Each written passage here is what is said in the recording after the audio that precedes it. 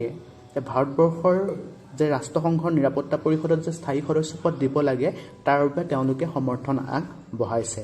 গতিকে ভাৰতবৰ্ষৰ যদি এইদৰে প্ৰায় বিশ্বৰ 112 বা 113খন দেশৰ যদি 2/3 মেজৰিটি যদি লাভ কৰে তেতিয়াহ'লে নিশ্চিতভাৱে তেওঁলোকে যে ৰাষ্ট্ৰসংঘত আমাৰ ভাৰতবৰ্ষই স্থায়ী সদস্য পদ লাভ কৰিব পাৰিব। কিন্তু এইবাবে যে যথেষ্ট ৰাষ্ট্ৰৰ সমৰ্থনৰ প্ৰয়োজন হ'ব।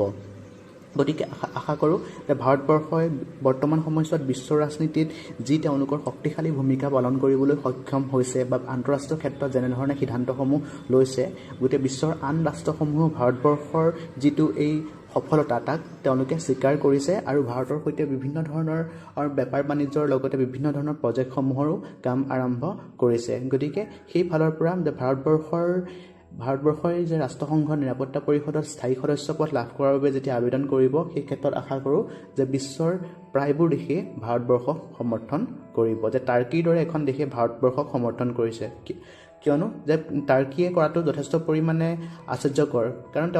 কিয়নো টাৰ্কিয়ে বিভিন্ন সময়ত ভাৰতবৰ্ষৰ বিৰুদ্ধে তেওঁলোকে মতামত প্ৰকাশ কৰি আহিছে বা ভাৰতবৰ্ষৰ বিৰুদ্ধে তেওঁলোকে ভোট প্ৰদান কৰিছে। কিন্তু বৰ্তমান সময়ছোৱাত যে ভাৰতবৰ্ষৰ যি আন্তঃৰাষ্ট্ৰীয় ক্ষেত্ৰত স্থিতি সেয়া লক্ষ্য কৰি যে হয়তো টাৰ্কিয়েও ভাৰতবৰ্ষক সমৰ্থন আগবঢ়াইছে।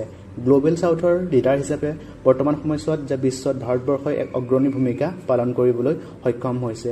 যিহেতু সেই গ্ল'বেল ছাউথৰ যিখিনি দেশ আছে সেই দেশসমূহত কি হয় যে তেওঁলোকৰ মতামতক বিশেষভাৱে গুৰুত্ব দিয়া হোৱা নাই।